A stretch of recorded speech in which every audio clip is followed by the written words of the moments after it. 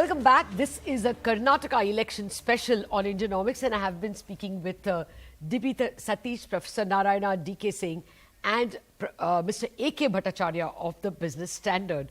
Well, at the moment, we know that two polls, the ABP voter and the E-Dina polls are indicating a majority for the comfortable majority for the Congress. But in the last, in the past 1 day, we have seen two polls, the Z poll and the Suvarna poll, indicating a slight majority for the BJP. So, Mr. Bhattacharya, thank you very much for your patience. If the polls indeed turn out a comfortable win for the Congress, how do you see the impact on national politics? More particularly, will there be an impact on the coming general elections next year? There is no doubt that Karnataka election is an important event in the calendar of India's festival of democracy of sorts. You're going to see 9 assembly elections in the current year, leading up to general elections in 2024. Karnataka is a large state. It's a big state in South India. It is economically doing very well. So therefore, if the Congress and its coalition partners win this state, it will certainly have an impact on the national mood as far as politics is concerned. So there is no doubt about it. But at the same time, I would also add that whatever be the outcome of the Karnataka Assembly elections will have its impact on the general elections, and the run-up to the general elections will be defined by many other factors, many other election results, particularly state elections or in Madhya Pradesh, in Chhattisgarh, in Telangana, in Rajasthan, which will be held in the next 5-6 months. So yes, Karnataka election results going in favor of Congress will be a shot in the arm for the opposition parties in the country. But at the same time, many more developments on the electoral front will take place, which will change the course or define or redefine the electoral mood in the country in the next 10 months. That you're right. There are plenty. Madhya Pradesh, Chhattisgarh, Telangana, as you point out, there are other elections. What's your sense, DK? You agree that this will be probably a 1-week affair, and then the national mood will be set by the forthcoming elections? We shouldn't exaggerate. Yes, I agree. But before I come to that, I would just like to take off from where Professor Narayana left. Yeah. The other day I was talking to Professor James Manner, and he was pointing out, in 1980s, you had the before election where the Congress swept the Lok Sabha polls completely. I think 27 out of 28 seats Congress had taken away. Then Ramakrishna Hegde goes for the snap polls, and there his slogan is that Rajiv Gandhi is not going to come here as your chief minister. And he sweeps the polls again. So he was talking about anti-incumbency and how voters have been voting differently for Lok Sabha. Okay. So I just want to point out that. Okay. Coming to your question, yes, a lot will depend on what happens towards the end. But let's not forget that in 2018 also, Congress had won Rajasthan. Congress virtually won MP, but lost the government. Yeah. Later, Congress won Chhattisgarh, and we know what happened in 2019. Yeah. Let's not link assembly to the Lok Sabha polls. But how it will change is you will suddenly see a lot of effort by all these advocates of opposition unity. Okay. We have this Nitish Kumar's plan to have this meeting of opposition parties in Patna after the Karnataka polls. So again, you will see it will bolster, if the Karnataka polls go the Congress way, it will bolster all the advocates of opposition unity. Although I'm not very sure about the overall impact of this united opposition, or whether it will happen or not. But of course, you'll see all that effort. Okay. Then it will also, reaffirm the Congress's position as numero uno in the opposition camp, you can say. Because Kejriwal was questioning, Mamata Banerjee was questioning, KCR was never ready to accept it. But if Congress is able to win Karnataka convincingly, you will see this gradual, acceptance of the party as the numero uno party in the opposition. these attempts, I don't know how successful or unsuccessful it will be, but it will definitely bolster the opposition camp. Okay. It's not going to be a national opposition unity anyway. It has to be a state specific. And you cannot have UDF, LDF going together in Kerala. You cannot have Mamta or left going together in West Bengal. You cannot have Congress and BJD going together in Odisha. Yes.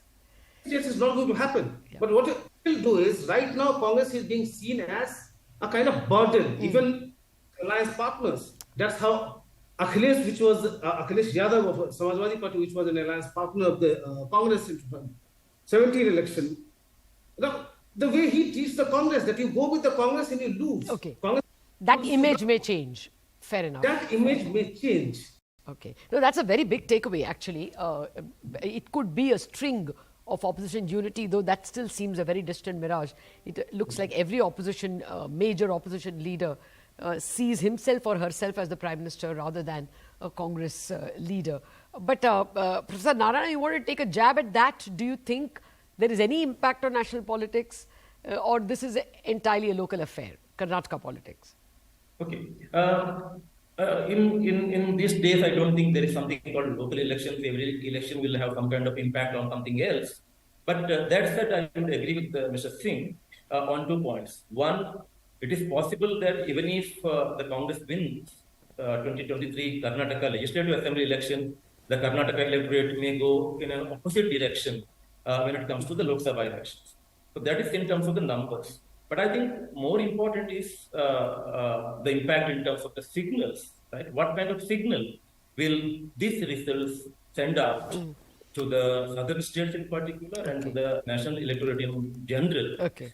Should the Congress win? Okay. Right? One, in case the Congress wins Karnataka, I think it will bolster the case of the Congress to lead the opposition pack. Okay. But that will come later. Okay. But immediately, I think one important factor to be considered here is that BJP has always claimed that Karnataka is its southern gateway. Okay. But that gateway has not opened yet fully. Other doors, yes. Yeah, BJP. Now, in case the BJP wins Karnataka, BJP will find it easier to penetrate into other southern states, let us say, to some extent Kerala, to some extent Telangana, to some extent Andhra Pradesh, etc. But in case Karnataka is not going to favor the BJP, then that part of the story for the BJP becomes uphill. Yeah, absolutely, absolutely. Well, very quickly, I'm running out of time. AKB, if the BJP were to lose and the Congress wins, Congress has announced a lot of freebies. Do you think that changes the BJP's policies at the centre? Will they become more populist? And are we going to see freebies as we get towards the general elections? Remember, Karnataka is a rich state. Its share in the total India's GDP is almost 8%.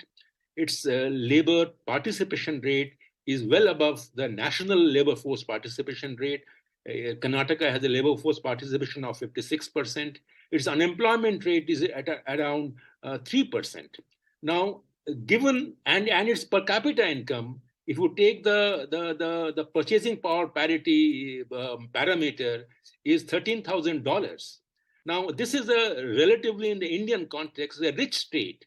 And in spite of that, in this election, what we are seeing, that a rich state like Karnataka is seeing electoral battles fought on the question of welfarism, on the promise of job reservation.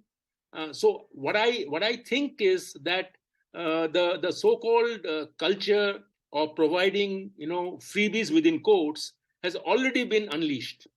So I think whichever way the election results go, unfortunately for the fiscal health of the country in different states and in the center, the election, the debate and the Karnataka elections do not augur very well. I don't see any possibility of the coming state elections in Chhattisgarh, in Madhya Pradesh or Rajasthan or Telangana stay away from this trend of more welfarism and more freebies, more job reservation, So I think it's a trend that has gained deep roots. Yeah, AKB, and it is something AKB, that has to be debated. I'm out of time. I take your point. We have to debate this. We're just out of time. One very quick question to you, Satish. Will freebies tilt the balance in Karnataka? After all, the Congress has announced a good bunch.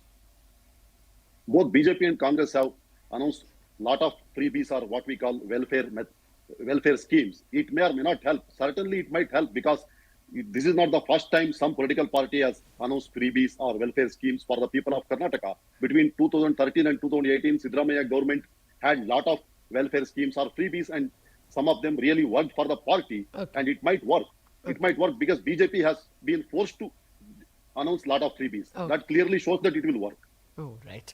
Okay, we'll have to see. There are not too many days left, maybe 4 or 5 days. We will see how this one goes and what's the impact. Thank you very much, Professor Narayana, Satish, DK Singh and A.K. Bhattacharya for enriching our understanding of the Karnataka polls. That's it on this edition of Indianomics.